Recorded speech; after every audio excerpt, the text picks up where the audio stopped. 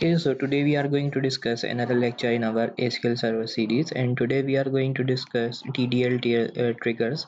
So, in continuation to DDL triggers, and now today we are going to discuss server scope DDL triggers. इससे previous वाले lecture के अंदर हमने जो है database scope DDL triggers को discuss किया था। और आपको पता है कि हमने जब उनको डिस्कस किया था तो हमने देखा था कि हम किसी पर्टिकुलर डेटाबेस के अंदर अगर क्या करना चाहते हैं तो हम किसी भी पर्टिकुलर जैसे कि ये एग्जांपल लिखी हुई है इसमें हम ऑन डेटाबेस यूज़ कर रहे थे तो हम क्या कर रहे थे कि अबव ये जो ट्रिगर ये एग्जांपल दी गई है ये डेटाबेस स्कोप डीडीएल ट्रिगर थी जिसके अंदर हम क्या कर सकते थे किसी पर्टिकुलर डेटाबेस के ऊपर वो ट्रिगर अप्लाई कर सकते थे और जब क्रिएट अल्टर या ड्रॉप करें तो उसके ऊपर वो हमें क्या करेगा रिस्ट्रिक्ट करेगा। जबकि सर्वर स्कोप का क्या कॉन्सेप्ट है, लेट्स से कि अगर हमारे पास एक अदर डेटाबेस है, अनदर डेटाबेस है सेम सर्वर के ऊपर, तो उसके अंदर जो यूज़र्स हैं वो क्या कर सकेंगे, क्रिएट ऑल्टर और ड्रॉप कर सकेंगे। सो अगर हम चाहते हैं कि हमारे जो यूज़र हैं वो क्रिएट ऑल्टर या ड्रॉप जो है वो डेटाबेस से उस वाली डेटाबेस में कर सकें तो फिर हमें अगेन जो है वो उस पर्टिकुलर डेटाबेस के लिए ट्रिगर बनाना पड़ेगा। लेकिन आप इस तरह की सिचुएशन को सोचें कि जहाँ पर हमारे पास 50 या 100 या 150 डेटाबेस हैं एक पर्टिकुलर सर्वर के ऊपर और हम उन सब डेटाबेस पे यूज़र को रोकना चाहते हैं कि वो ऑल डेटाबेस के ऊपर 50 डेटाबेसेस या 150 डेटाबेसेस के ऊपर वो ये काम ना कर सके, ना क्रिएट कर सके, ना अल्टर कर सके, ना ड्रॉप कर सके। तो फिर हमें क्या करना पड़ेगा, अगर हम डेटाबेस स्कोप डिटेल ट्रिगर को यूज़ कर रहे हैं तो हमें 50 की 50 डेटाबेस के लिए वो same trigger again and again बनाना पड़ेगा, जो कि एक बैड प्रैक्टिस है। किस वजह से? एक तो ये बहुत ही ट्राइडियस प्रोसेस है, यानी आपको बार बार वो एक तो आपको वो बार-बार जो है ना उसको क्या करना पड़ेगा, बार-बार उस पर्टिकुलर ट्रिगर को कॉल करना पड़ेगा, बनाना पड़ेगा और इसमें एरर्स भी आ सकते हैं और मेंटेनेबिलिटी जो है वो एक नाइटमेयर है। क्यों?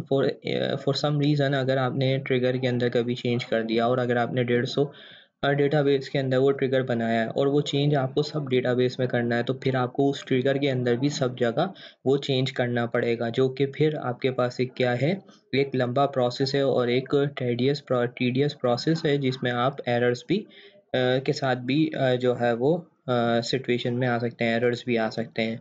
सो this is the ideal situation where the server scope DDL triggers come into the picture, यानी ये वो आइडियल आपके पास सिचुएशन है जहाँ पर आप सर्वर स्कोप डीडीएल ट्रिगर्स को यूज़ करेंगे। क्यों?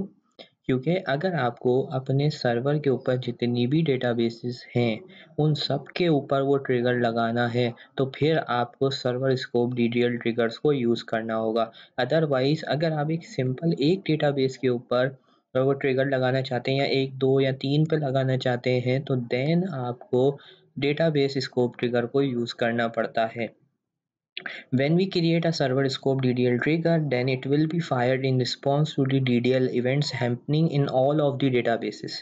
तो जो हम सर्वर स्कोप डीडीएल ट्रिगर बनाएंगे वो सारी डेटाबेस की डीडीएल इवेंट्स के रिस्पॉन्स में जो है वो क्या करेगा, उस पर्टिकुलर सर्वर के फायर होगा। अब आते हैं कि हम जो है वो किस तरह से जो है सर्वर स्कोप डीडीएल ट्रिगर बना सकते हैं। So it is very simple, just like जिस तरह से हमने सर्वर स्कोप डेटाबेस स्कोप बनाया था, तो आप देखेंगे कि बिल्कुल सेम ही यहाँ पर अगर हम मैं आपको दिखाऊँ ऊपर वाला कोड, तो देखें बिल्कुल सेम है, ठीक है। जस्ट कहाँ पर चेंज आया है कि ऑन के बाद डेटाबेस की जगह अब हमने कर दिया on all server. On all server का ये जो हमने यहाँ पर वैल्यू दी है इसका मतलब ये है कि अब हम सर्वर स्कोप डीडीएल ट्रिगर बना रहे हैं। बाकी हमारा जो आपके पास कोड है वो एग्जैक्टली सेम है। सो अब अगर हम इस ट्रिगर को बना लेते हैं अपनी डेटाबेस के अंदर और फिर हम किसी भी डेटाबेस के अंदर क्रिएट, ऑल्टर या डिलीट की कमांड लिखेंगे तो हमारे पास एरर जनरेट होगा। तो मैं यहाँ से जाता हूँ और यहाँ से जाके इस पर्टिकुलर इवेंट को हम यहाँ से कॉल करते हैं। हमने डेटाबेस बनाई थी यहाँ पर और डेटाबेस हमने बनाई थी टेस्टिंग के नाम से, I think. So let me see, yes, I think हमने इसी नाम से बनाई थी। प्रोग्रामेबिलिटी में हम चेक कर लेते हैं, तो ये देखें हमारे पास पहले से इस डेटाबेस के ऊपर ट्रिगर बना हुआ है। सो मैं यहाँ से न्यू क्यूरी लिखता हूँ और ये मुझे ऑल डेटा बेसिस पे ट्रिगर लगाना है, तो मैं ये ट्रिगर यहाँ पर बता देता हूँ। क्योंकि ये सर्वर स्कोप ट्रिगर है तो ये ऑल डेटा बेसिस पे अप्लाई होगा। तो एग्जीक्यूट करते हैं। सो आप देख सकते हैं यहाँ से असल में मैंने यहाँ पे मास्टर को सिलेक्ट किया होता, इस वजह से एरर आ रहा था, तो मैंने यहाँ से डेटाबेस को चेंज कर दिया और उसके बाद मैंने यहाँ से जो है ट्रिगर को फायर किया, तो अब ये ट्रिगर यहाँ पर एग्जैक्टली हो चुका है, बन चुका है। सो अब टेस्टिंग के लिए लेट्स से मैं ये क्विज वाली डेटाबेस में जाता हूँ और क्विज वाली डेटाबेस के अंदर एक टेबल बनाने की कोशिश करता हूँ। क्रिएट टेबल TBL और इसके अंदर एक सिंपल सा मैं टेबल बना रहा हूँ इंटीजर ID और मैंने यहाँ से कर दिया नॉट नल। एक सिंपल सा ये टेबल है, एग्जीक्यूट करता हूँ। सो अब आप देखें यहाँ पर you can not create alter or drop a table in any database of this server. तो हमारे पास क्यों आ रहा है ये? क्योंकि अब जो मैंने ट्रिगर बनाया है वो कौन सा ट्रिगर है? सर्वर स्कोप ट्रिगर है। और उसने क्या रिस्ट्रिक्ट कर दिया है? उसने हमारे पास रिस्ट्रिक्शन लगा दी है कि ना हम क्रिएट कर सकते हैं, ना ऑल्टर कर सकते हैं, ना हम ड्रॉप कर सकते हैं किसी भी टेबल के अंदर डेटाबेस के। इस सर्वर की, ये जो सर्वर है डॉट वाला सर्वर, हाँ अगर हमारा सर्वर चेंज हो जाता है, हम दूसरे सर्वर पे चले आते हैं, तो देन हम जो है क्रिएट ऑल्टर डिलीट कर सकेंगे। So after that, how we can, from where we can find this server scope DDL trigger? तो अगर हमने इस सर्वर को जो है वो हमने देखना है कि ये ट्रिगर बना कहाँ पर है। जैसे कि हमने अगर किसी डेटाबेस के अंदर बनाया होता है तो हमने देखा होता है कि प्रोग्रामेबिलिटी के अंदर वो अवेलेबल होता है। तो अगर हमें ये देखना है कि ये डेटाबेस ये हमारे पास कहाँ बना है, तो यहाँ पर हम सर्वर ऑब्जेक्ट्स में जाएंगे और सर्वर ऑब्जेक्ट्स के अंदर ट्रिगर्स के अंदर जाएंगे तो आपको ये ट्रिगर यहाँ पर दिख जाएगा।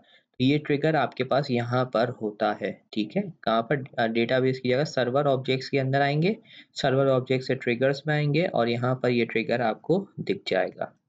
Okay, so now we have some more queries related to server scope. First one is how to disable server scope DDL trigger. अगर हमें डिसेबल करना है सर्वर स्कोप ट्रिगर को तो हमारे पास यहाँ पर ये कमांड यूज होती है, डिसेबल ट्रिगर, ट्रिगर का नाम ऑन ऑल सर्वर। एक तरीका ये है। दूसरा तरीका मैंने आपको पहले भी बताया था कि यहाँ से हम डायरेक्टली भी इसको डिसेबल कर सकते हैं। तो मैं इसको डिसेबल करूँगा और जैसे ही डिसेबल करूँगा और उसके बाद अब अगर ये कमांड को मैं लेट्स से एग्जीक्यूट करता हूँ तो अब मेरे पास देखें टेबल बन गया, क्योंकि ये वाला जो हमारे पास अब ट्रिगर है वो क्या हुआ हुआ है? डिसेबल हुआ हुआ है।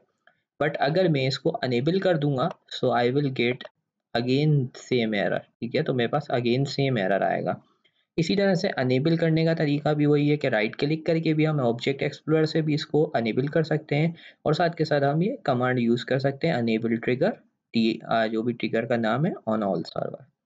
देन राइट नाउ हम इसी तरह से इसको ड्रॉप भी कर सकते हैं। ड्रॉप करने का तरीका भी यही है कि कमांड लिख के भी हम ड्रॉप कर सकते हैं और आइदर यहाँ से डायरेक्टली भी, ये देखें यहाँ से डिलीट का ऑप्शन आ रहा है तो मैं इसको यहाँ से डिलीट भी कर सकता हूँ। तो अब ये आपके पास तरीका था कि किस तरह से हम जो है DDL जो हमारे पास सर्वर स्कोप DDL ट्रिगर्स हैं वो किस तरह से बनाते हैं, किस तरह से उनको अनेबल कर सकते हैं, डिसेबल कर सकते हैं, उनको डिलीट कर सकते हैं। तो आज के इस लेक्चर में हमने ये सारी चीज़ें सीखने की कोशिश करी। आई होप सो कि आपको ये सारी चीज़ें क्लियर होगी। सो हम मिलते हैं नेक्स्ट लेक्चर में, तब तक के लिए अल्लाह हाफिज़।